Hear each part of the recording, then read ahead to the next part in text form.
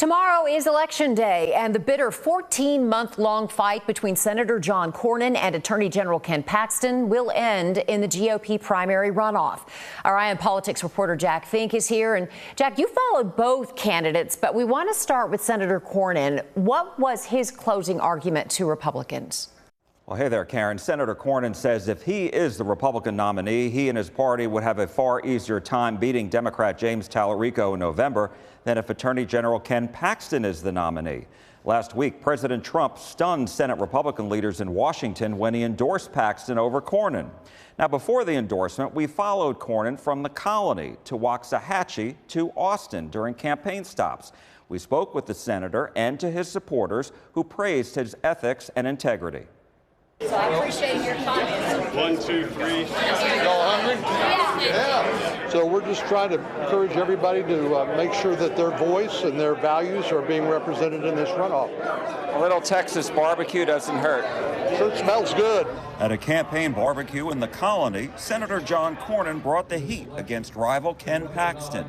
And I know the Attorney General thinks all the scandals that he's brought with him over the years are already baked in the cake and people don't care. But I guarantee you I care, and I believe you care. I believe that character is on the ballot. I voted for Senator Cornyn previously because I believe he's a man of integrity. He stands up for what he believes in. His ethics, morals, values are something that I, as a conservative Jewish woman, really appreciate. You want to win in November? You elect this man in the Republican runoff next week. Thank you. State Representatives Jeff Leach of Allen and Matt Shaheen of Prosper are from Collin County, home base for Paxton, and they both worked with him when he served in the Texas House. And his opponent has no business whatsoever serving you and serving me and serving our state in the United States Senate. There is only one person in this race that can beat James Tallarico. John Cornyn is the person that can beat him because he's the better man. Senator, I wanted to ask you, you've made electability a key part of your campaign in November. How are you going to know, how confident are you that it's resonating with Republican primary voters? Well, I hope there's no Republican who wants to lose this election. I mean, that's what elections are all about. It's about winning. You don't get a prize for coming in second place. And so I think that's something people, I hope, will take into consideration. We need to win in November, and he truly has proven that he's able to win the big elections. And you think that's key here? That's key for me. I hope that's important to everybody. And Judgment Day is coming on May the 26th. In Waxahachie, at his second event in North Texas, Cornyn made the case against Paxton, saying the Attorney General's political baggage will place the Senate seat at risk if he wins the runoff and becomes the Republican nominee. Congressman Jake Ellzey of Midlothian said Cornyn hasn't faced any ethical problems during his years as a senator. Not one time in his many years of service have you ever heard anyone say, "I think we got him." And the reason for that is he's a good man. At his rallies, Cornyn told supporters Democratic Senate nominee James Tallarico is dangerous. If you win on May 26th, how are you going to beat Democrat James Tallarico? I think James Tallarico will essentially beat himself.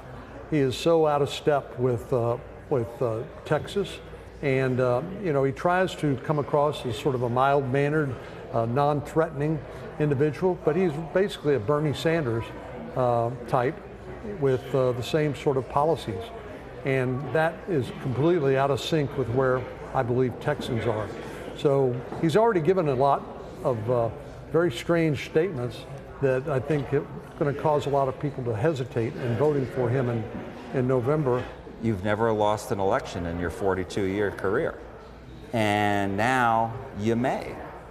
This could be it for you. Do you think of that?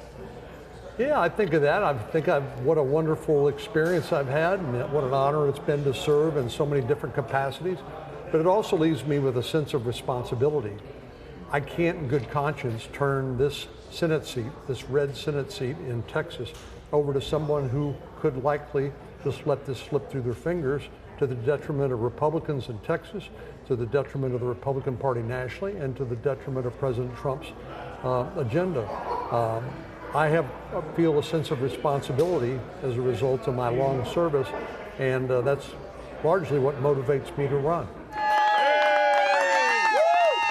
The next morning, Cornyn and his wife Sandy voted in Austin and afterwards greeted supporters.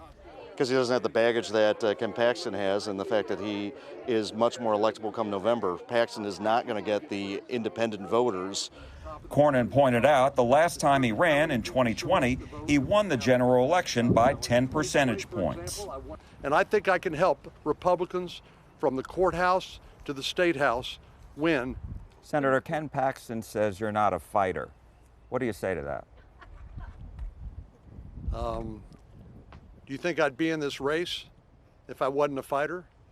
I mean, I may not look like I'm angry all the time, but I refuse to lose, and I'm going to fight to win this race, and I believe we will win this race. Paxton and his supporters have called Cornyn a rhino, Republican in name only, and they've blasted his bill after the Uvalde school shooting that required extra screening for people 18 to 20 years of age who want to buy a gun. They also say Cornyn is not a fighter like Paxton, who has repeatedly criticized the senator's record. If you just take any 2 weeks that I've been the Attorney General, other than Christmas and Thanksgiving, I've accomplished more in any 2 week period John can pick it than he's accomplished in 42 years. The Republican runoff for U.S. Senate has certainly driven turnout. Republican pollster Ross Hunt of Hunt Research in Dallas predicts there will be a record turnout for a primary runoff on the Republican side, perhaps as high as 1.3 million voters statewide. Karen? All right, a lot of people are going to be watching tomorrow on Election Day. You can join us, please, starting at 7 o'clock on CBS News Texas on air and on the stream. As we watch results and the big races come in, we're going to have reaction at the watch parties and analysis that's on point. We are going to wrap it all up on CBS News Texas beginning at 10.